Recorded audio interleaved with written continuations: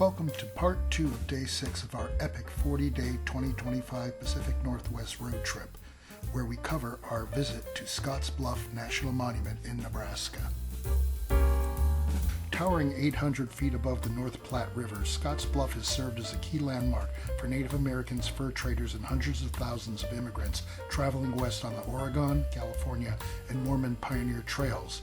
The monument's 3,000 acres is rich with geological, paleontological, and human history. Here we are entering Scotts Bluff National Monument in Gering, Nebraska.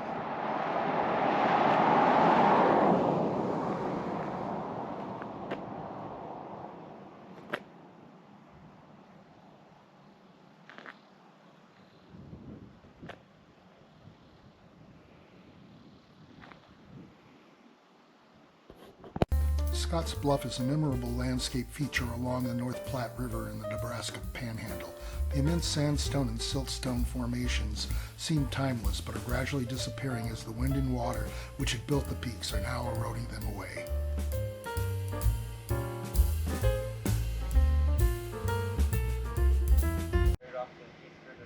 Now, the Pony Express apparently went right through this area. This monument was for the centennial celebration of the Pony Express. Although only in service for a year and a half, the 120 riders rode 650,000 miles with only one fatality, one schedule not completed, and one mail lost.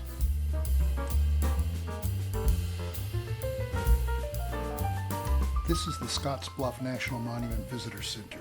It is a gateway to the park's history and is located in Gering, Nebraska, at the base of the bluffs. These images displays an exhibit titled Lay of the Land, featuring a 3D topographical model of Scotts Bluff National Monument. The model shows various trails in the area, including the Oregon National Historic Trail and the Mormon Pioneer National Historic Trail, as well as hiking trails on the bluff itself.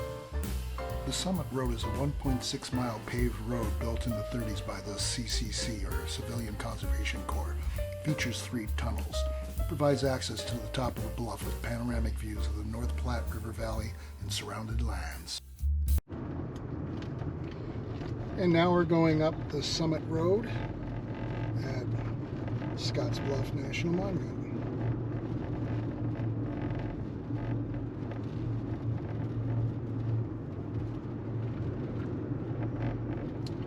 We aren't allowed to stop on the road up to the top.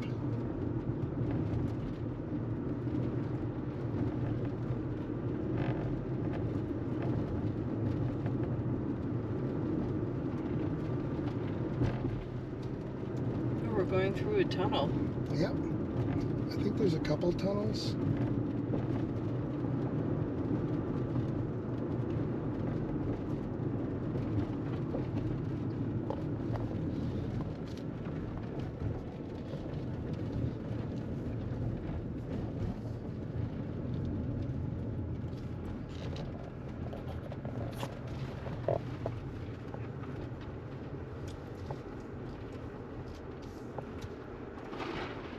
Okay, it still is.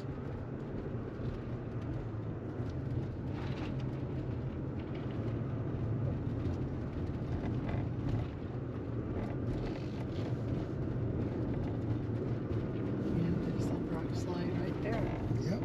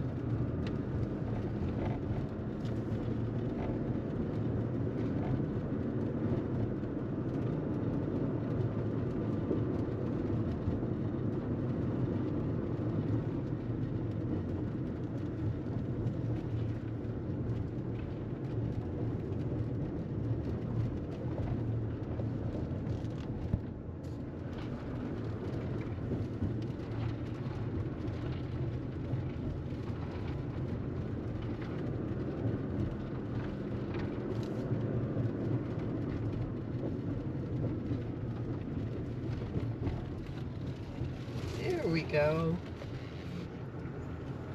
And here we are at the top of Scotts Bluff.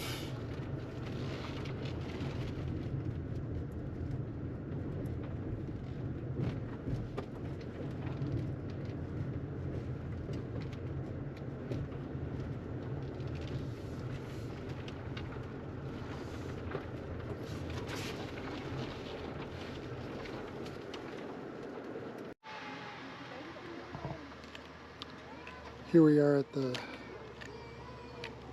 top of Scotts Bluff, looking down.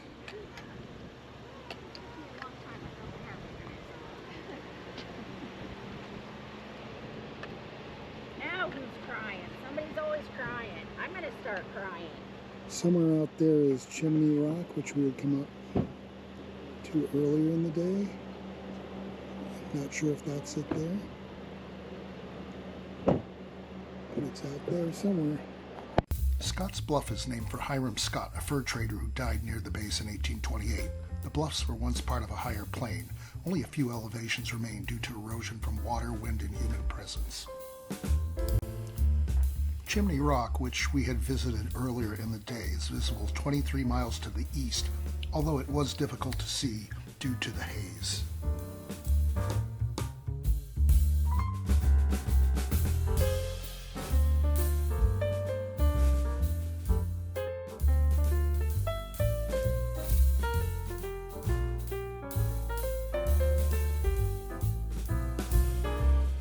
At the summit, we hiked the north and south overlook trails, two short paved loops that offered dramatic views.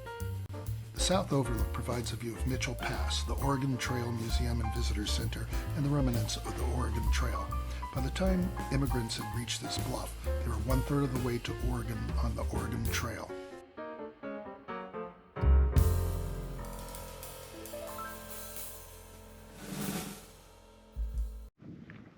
We're doing the South Overlook Trail, which is only 1/8 of a mile. Very short.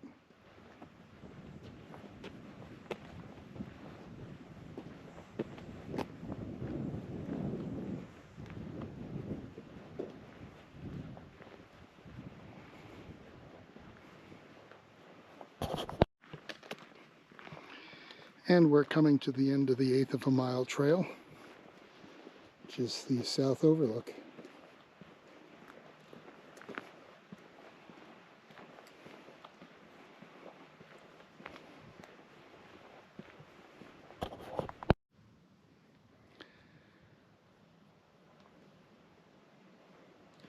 And there you can see the tunnel for the hiking trail that you would take if you want to climb the trail up to the top of here instead of being lazy like we were and driving up.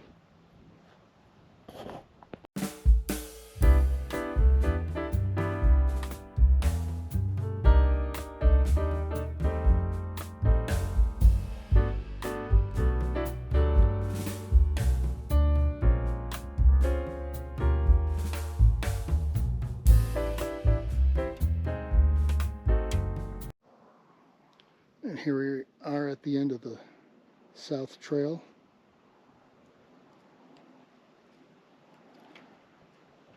That's the road we came up with, one of the tunnels we went through. There's the visitor center down there.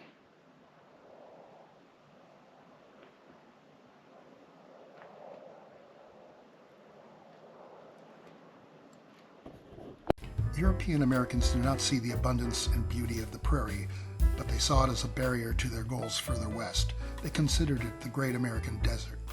Once Nebraska opened to homesteading, settlers made their way to the Scotts Bluff area. Using modern irrigation methods, they turned the Great American Desert into a vital part of the nation's food production. Before the wagons, the bluffs were a treeless expanse. Mixed tall and short grasses grew on the prairie around the bluffs, which were perfect grazing for bison and elk. The first recorded sighting of the bluffs was by a party of men from the John Jacob Astor's Pacific Fur Company. The bluffs have witnessed a wide variety of travelers. Fur traders traveled to and from the rich fir mountains to the west. The traders left little mark on the land since they rarely had more than a couple of horses or mules to carry their furs. Once South Pass was discovered, wagons could travel through the Rocky Mountains and the impact on the land increased. The bluffs now watch over people who have chosen to live here, as well as those who travel by. Modes of transportation have changed, but the bluffs still serve as a landmark to those following the river. Here's some of the plants that are growing on the bluff. And some nice lichen. Orange sunburst lichens are growing on the surface of the rock. The lichens give the rock its vibrant orange patches. Here we see soapweed yucca, or Yucca glauca, also known as small soapweed or Great Plains yucca, and Liatris punctata, commonly known as dotted dayfeather or spotted blazing star. These plants are common in the Great Plains and Rocky Mountain foothills. Here we can see plains prickly pear cactus, or Opuntia polycantha. It is widespread across the Great Plains. The North Overlook Trail is an easy paved loop which leads to numerous scenic overlooks that take in the Platte River Valley, the town of Scottsbluff. Rugged badland breaks along the south rim of the valley and views as far away as Chimney Rock to the east. And now we are starting on the North Trail. This one's about a half a mile.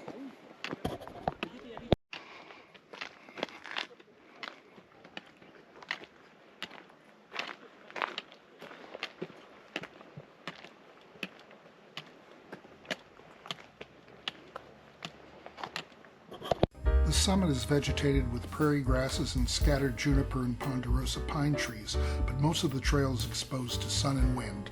The trail surface is paved and typically at least 4 feet wide.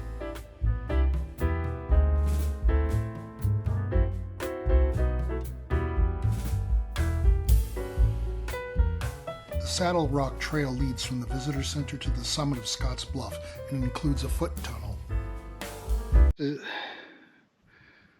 This is the Saddle Rock Trail, but we are not going to be taking that because we don't want to have to come back up here.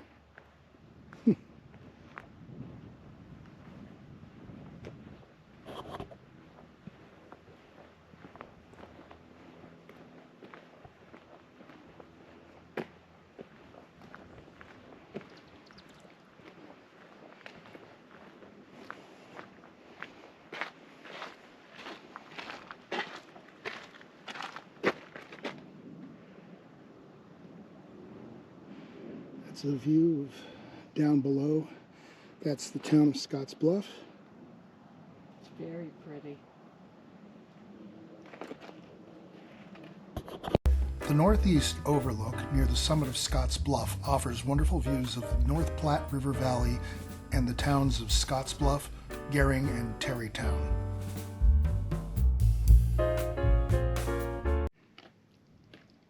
Here's some more of the North Trail, once again overlooking the town of Scotts Bluff.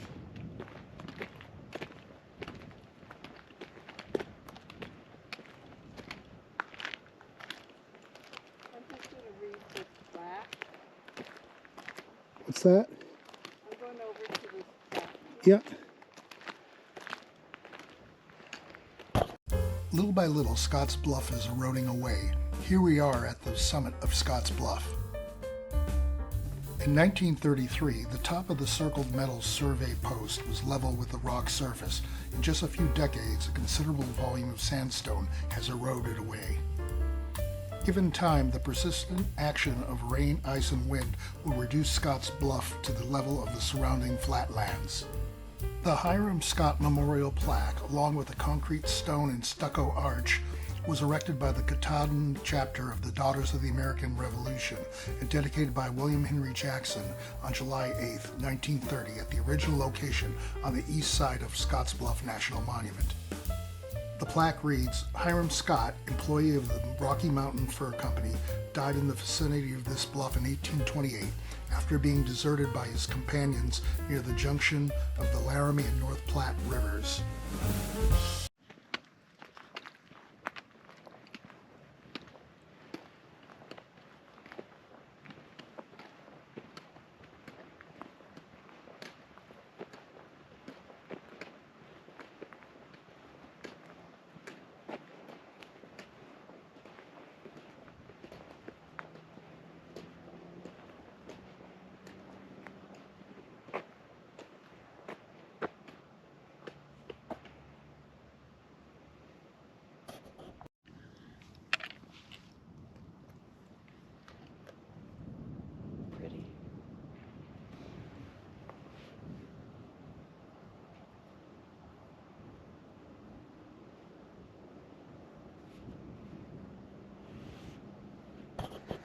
This path leads to the North Overlook.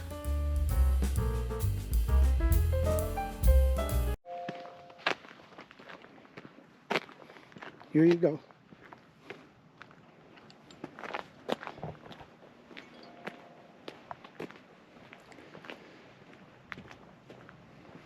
It's another small part of the trail. I'm going to go down just a little ways. I think it just goes down at that little area there.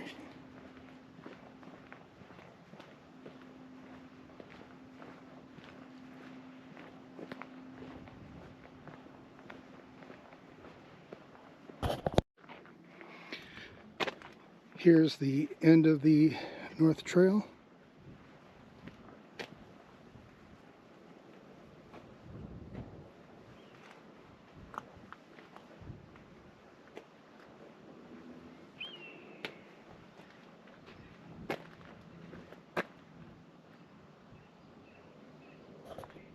Immigrants followed the Platte River.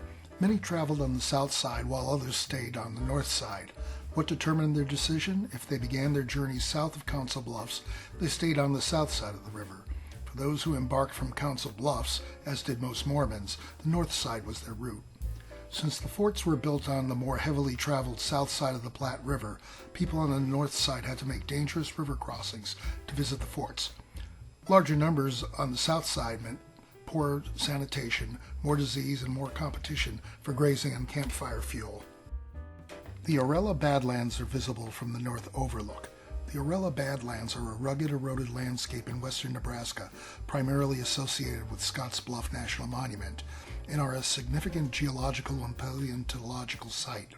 The formations are part of the Orella member of the Brule Formation, which are the oldest exposed rocks in the monument, dating back to the Oligocene epoch, around 33 million years ago. This member consists of easily erodible interbedded siltstones and mudstones with thin sandstones. The Badlands topography is the result of rapid erosion of these soft layers. The overlook is about 800 feet above the North Platte River and provides a panoramic view of the fertile cropland in the North Platte Valley.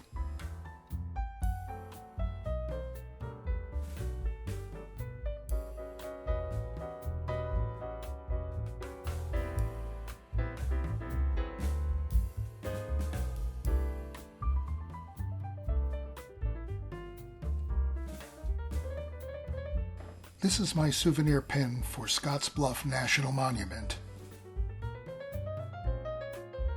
I have added it to my faux Rangers hat.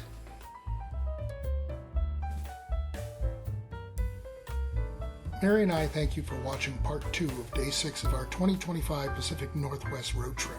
We hope you'll join us for part 3, where we visit Agate Fossil Beds National Monument before settling down for the night in Torrington, Wyoming.